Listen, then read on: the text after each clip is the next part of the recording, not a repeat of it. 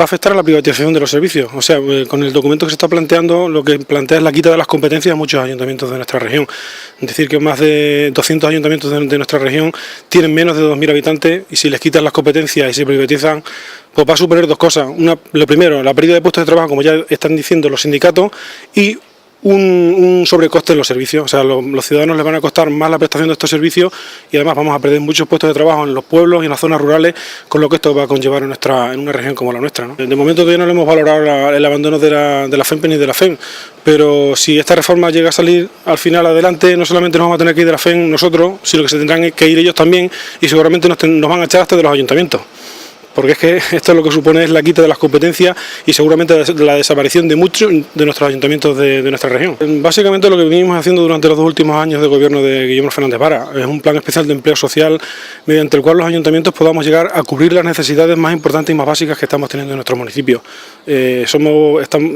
de la opinión y está claro que las administraciones no somos quien tenemos que generar empleo, pero en situaciones de extrema necesidad como es la que nos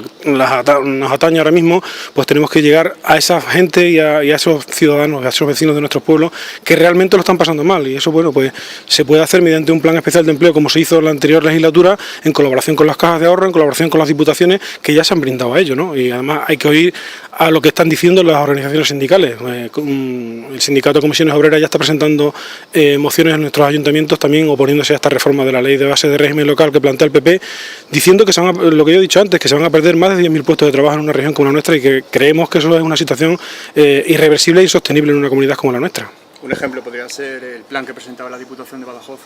Exacto, lo estamos diciendo. Lo que pasa es que para que esto pueda llevarse a cabo hay que hacer primero una modificación de la ley de estabilidad presupuestaria que nos limita a los ayuntamientos y a las diputaciones, a todos los gobiernos locales, la inversión en empleo y en inversiones, ¿no?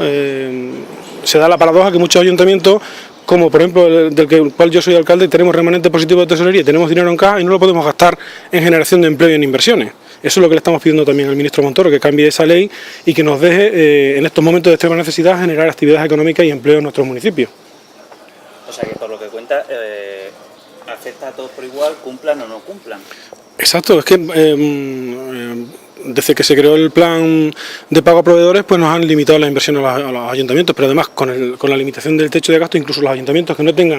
tuvieron que acudir al plan de pago a proveedores, no les dejan gastar el dinero que tienen. Hay ayuntamientos en nuestra región que tienen una termosolar o que tienen otro tipo de ingresos en sus cuentas y tienen las cuentas positivas y no pueden gastárselo en empleo ni en generación de inversiones. Imaginaros con la que está cayendo ahora mismo, que tú tengas dinero en caja y que estás recibiendo todos los días en tu ayuntamiento vecino pidiéndote una ayuda de 15 días o 20 días para poder llegar a pagar el recibo de la luz para que no se la corten o para